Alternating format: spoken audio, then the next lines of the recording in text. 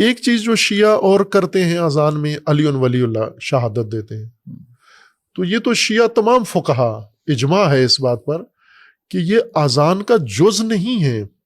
ٹھیک ہے. ہاں، یہ اذان کا حصہ نہیں ہے، جز نہیں ہے. ٹھیک ہے. لیکن یہ اذان میں تاکید کرتے ہیں کہ اس کو پڑھا جائے، چونکہ یہی وہ بنیادی اختلافی موضوع ہے شیعہ غیر شیعہ کے اندر، امیر المومنین علیہ السلام کی ولایت. تو اس پر تاکید کے لیے یہ کہتے ہیں. اور نماز ایک ایسی چیز، اذان ایسی چیز ہے جو نماز کی طرح نہیں ہے کہ اس میں اگر کوئی اضافی چیز آپ نے کہہ دی تو باطل ہو جاتی ہے. نہیں ہوتی باطل. مثلا آپ اذان کے بغیر نماز بھی پڑھ سکتے ہیں.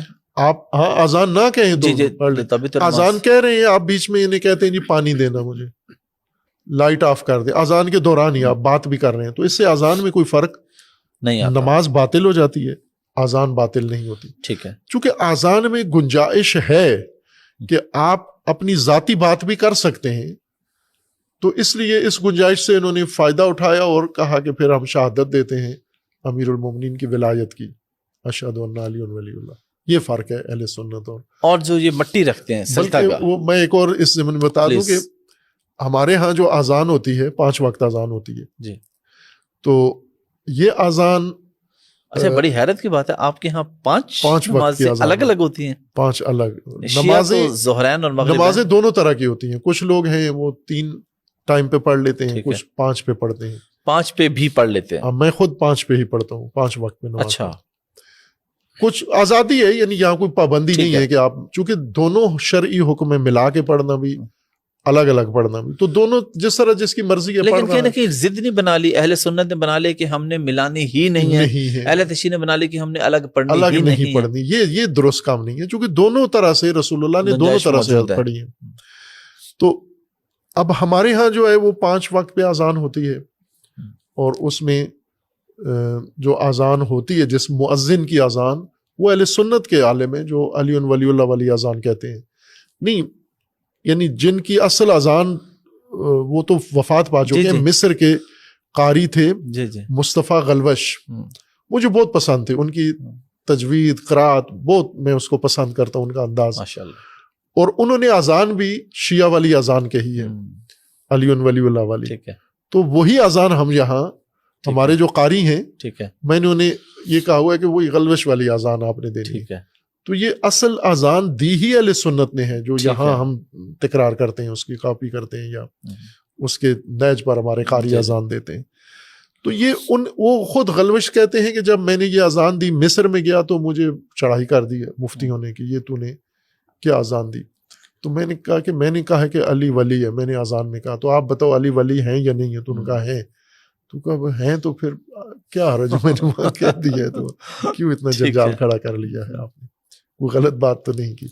وہ جو ٹکیاں رکھتے ہیں نماز کے اندر، سجدگاہ اس کو کہتے ہیں، مٹی کی، اس کی بنیادی وجہ یہ ہے کہ شیعہ علماء فقہا کے اہل البیت کے تعلیم کے مطابق سجدہ صرف زمین پر کر سکتے ہیں آپ.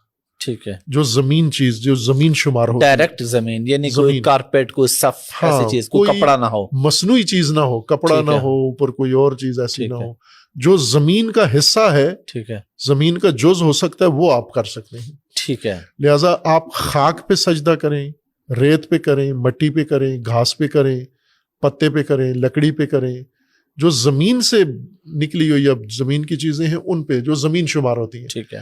لیکن جو آپ نے معدنیاتی چیزیں بنائی ہیں، لوہا ہے، دانتیں ہیں، معدنیات سے نکالا ہے، یا آپ نے پلاسٹک ہے، کپڑا ہے، یہ نہیں ہو سکتا، چونکہ زمین کا حصہ نہیں ہے، بلکہ زمین کو ڈھانپا ہے آپ نے ان چیزوں سے، زمین نیچے چھپا دی ہے. تو اصل جو بنیاد ہے وہ یہ کہ سجدہ آپ نے زمین پہ کرنا ہے، جو قرآن کریم کی اصطلاح کہ سجدہ زمین پہ کرنا ہے آپ نے. تو زمین کا جو چیزیں شمار ہوتی ہیں وہ یہ ہیں. اب آج کل کے دور میں چونکہ جیسے ابھی ہم جہاں بیٹھے ہوئے ہیں تو نیچے زمین تو چھپی ہوئی ہے، اوپر شیٹ لگی ہوئی ہے، بالکل. تو یہاں ہم نے زمین یا تو اس کو پھاڑیں یا باہر جائیں کسی اور جگہ، تو سہولت کے لیے یہ مٹی کی ٹکیا بنا لیتے ہیں. ٹھیک ہے. یا لکڑی یا پتا یا کوئی چیز ایسی. یہ میدان کربلا کی مٹی نہیں ہے؟ نہیں، یہ تو عام مٹی ہے، اپنے علاقے کی مٹی ہے. وہ ایک الگ موضوع ہے کہ کربلا کی تربت اس کو کہتے ہیں، تربت سید الشہداء. کہ اس کا ایک اپنا حیثیت ہے کہ اس میں شفا ہے اور وہ تبرک ہے، وہ ہونا ضروری نہیں ہے. مٹی ہونا، آپ اپنے لاہور کی مٹی لے لیں، آپ اپنے گاؤں کی مٹی لے لیں، ٹھیک ہے، سجدہ مٹی پر ہونا ہے، زمین پر ہونا ہے، اس کی یہ حکمت. علامہ صاحب آپ نے ماشاءاللہ سفید سوٹ پہنا ہوا ہے، تو شیعہ حضرات تو صرف کالے کپڑے پہنتے ہیں، یا کالے کپڑے کیوں پہنتے ہیں؟ کالے کپڑے مجالس میں پہنتے ہیں، محرم میں پہنتے ہیں، عزاداری کے علامت ہے عزا کی. ٹھیک ہے، سیاہ ہو جاتا ہے، سیاہ پوش. ٹھیک ہے. اور کئی ملکوں میں ہے مختلف، مثلا انڈیا میں عزا کی علامت سفید کپڑے ہیں، وہ سفید کپڑے پہن لیتے ہیں. جب کوئی مر جائے تو وہ سارے سفید پوش ہو جاتے ہیں. ٹھیک ہے. اسی طرح بعض دیگر ملکوں میں وہ سیاہ پہن لیتے ہیں. تو اب شیعہ کے ہاں یہ ہے کہ عزادار سیاہ لباس عزا کی علامت ہے. ٹھیک ہے.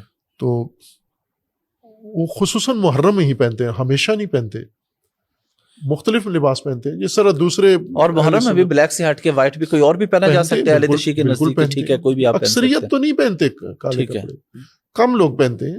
باقی جو معمول کے لوگ ہیں، مثلا آپ اپنے کولیگس کو دیکھیں، آفیسز میں دیکھیں، تو وہ دوسرے معمول روٹین کے پہنے ہوتے ہیں. علامہ صاحب اگر مختصراً، کیونکہ عزا کی بات ہو رہی ہے، محرم کی بات ہو رہی ہے، کربلا کی بات ہو رہی ہے، مختصراً اگر آپ ہماری نوجوان نسل کو بتا دیں کہ یہ واقعہ کربلا ہے کیا؟ یقیناً یہ بہت بڑا موضوع ہے، بہت بڑا ٹاپک ہے، لیکن ایک چھوٹے بچی کو یعنی نوجوان نسل کو سمجھانے کے لیے کہ کیا ہے یہ واقعہ کربلا. واقعہ کربلا یہ ہے کہ جب یزید، معاویہ کے بعد یزید کو بنایا گیا، تخت نشین کیا گیا، حاکم بنایا گیا. معاویہ اور امام حسن علیہ السلام میں تو ایک معاہدہ ہوا تھا، اس معاہدے کے تحت وہ حکومت انہوں نے کی اپنی پوری، اور اس معاہدے کے تحت کہ آپ نے اپنے بعد اپنا کوئی جانشین نہیں کرنا، پھر معمول کے طریقے سے ہی وہ حاکم بنے گا. لیکن ایسا ہوا نہیں، اور امیر شام نے اپنے بعد اپنی زندگی میں ہی یزید کو اپنا، بعض صحابہ کے مشورے پر، مشورہ دینے والے صحابہ تھے، ان کے مشورے پر اپنی زندگی میں ہی یزید کو اپنا جانشین بنا دیا. اب یہ اس معاہدے کی خلاف ورزی تھی. اور جب معاویہ کی موت کے بعد یزید نے اپنے گورنر تھے جتنے علاقے کے، مدینہ کے گورنر کو خصوصاً اس نے خط لکھا باقاعدہ، اور اس خط کے اندر اس نے کہا کہ اہل مدینہ سے بیعت لے، اور اس میں 2-3 آدمیوں کا نام لیا کہ ان سے حتماً بیعت لے سب کے سامنے. ایک امام حسین علیہ السلام کا لکھا، اور ایک عبداللہ ابن زبیر ان کا لکھا کہ ان سے بیعت لینی ہے، اور ایک عبداللہ ابن عباس، ان سے حتماً بیعت لینی ہے. چند افراد سے، شاید ایک آدھ اور بھی کوئی ہے، ان سے ہر صورت میں بیعت لینی ہے، چونکہ یہ بڑے افراد شمار ہوتے ہیں، اور انہیں توقع بھی تھی کہ یہ نہیں کریں گے بیعت، لہذا زبردستی. اور اس نے صاف لکھا تھا کہ ان میں خصوصیت کے ساتھ امام حسین علیہ السلام پہ زیادہ آپ نے اس توجہ دینی ہے، اگر بیعت نہ کریں تو ان کا سر کاٹ کے میرے پاس بھیج دیں. ولید اس کا گورنر تھا اس وقت مدینہ کا، مروان اس کا مشاور تھا. تو یہ خط جب پہنچا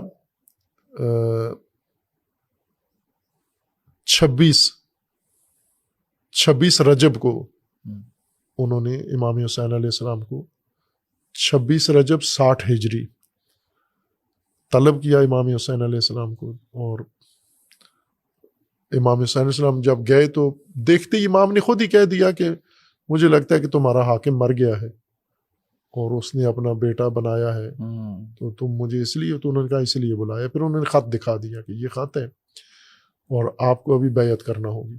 امام حسین علیہ السلام نے فرمایا کہ ابھی رات کی تاریکی میں، رات کو گئے امام، رات کی تاریکی میں اور چھپ کے تو مناسب نہیں ہے، تو صبح سب کے سامنے کرتے ہیں یہ بیعت. تو اس طرح امام علیہ السلام نکلنے، تو مروان وہاں بیٹھا ہوا تھا، تو مروان نے کہا ولید کو کہ یہ موقع ضائع نہ کرو، یہ بیعت نہیں کریں گے، اور صبح تک اگر مہلت دی تو معاملہ خراب ہو جائے گا، ابھی سر کاٹ کے ان کا بھیج دو. تو وہاں امام حسین علیہ السلام طیش میں آئے، اور مروان کو بھی، وہ جملے موجود ہیں تاریخ میں، اہل سنت شیعہ دونوں کتابوں میں، کہ اسے جو کہنا تھا وہ کہا، اور خود فرمایا کہ میں ہرگز یزید کی بیعت نہیں پھر کروں کھل گا. کے کہہ دیا نہیں کروں گا میں. یزید فاسق آدمی ہے، فاسد آدمی ہے، قاتل ہے، فلاں ہے، یہ سب، اور میں اس کی بیعت نہیں کروں گا. اور یہ کہہ کر امام واپس آ گئے. اور پھر اس کے بعد ایک دن رکے وہاں پر، اور 28 رجب کو امام علیہ السلام مدینہ سے، چونکہ اب انہوں نے تیاریاں شروع کر دی تھی امام حسین علیہ السلام کو پکڑنے، اسیر کرنے کی یا قتل کرنے کی، تو امام نے مدینہ چھوڑا اور 28 رجب کو مکہ کے لیے روانہ ہو گئے اپنا خاندان لے کر. اور مکہ میں 3 شعبان کو پہنچے، اور 3 شعبان سے 8 ذی الحجہ تک امام وہیں پر مقیم رہے. 8 ذی الحجہ کو حج شروع ہوتا ہے، لوگ عرفہ کی طرف جاتے ہیں، مینا کی طرف، تو امام علیہ السلام نے احرام کھولے اور مکہ سے باہر کوفہ کی طرف روانہ ہو گئے. اور اس دوران 3-4 مہینے جو مکہ میں قیام کیا تو تمام بزرگان سے، سرکردہ لوگوں سے، صحابہ سے، شخصیات سے ملاقاتیں کی. اکثر نے روکا امام حسین علیہ السلام کو کہ آپ نہ کریں یہ کام، لیکن امام علیہ السلام نے انکار کیا کہ یزید کی بیعت کسی صورت نہیں کر سکتا میں. اور پھر اہل کوفہ کے خط آئے کہ ہم بھی یزید کی بیعت نہیں کرتے، آپ بھی یزید کی بیعت نہیں کرتے، تو آپ ہمارے پاس آ جائیں اور ہم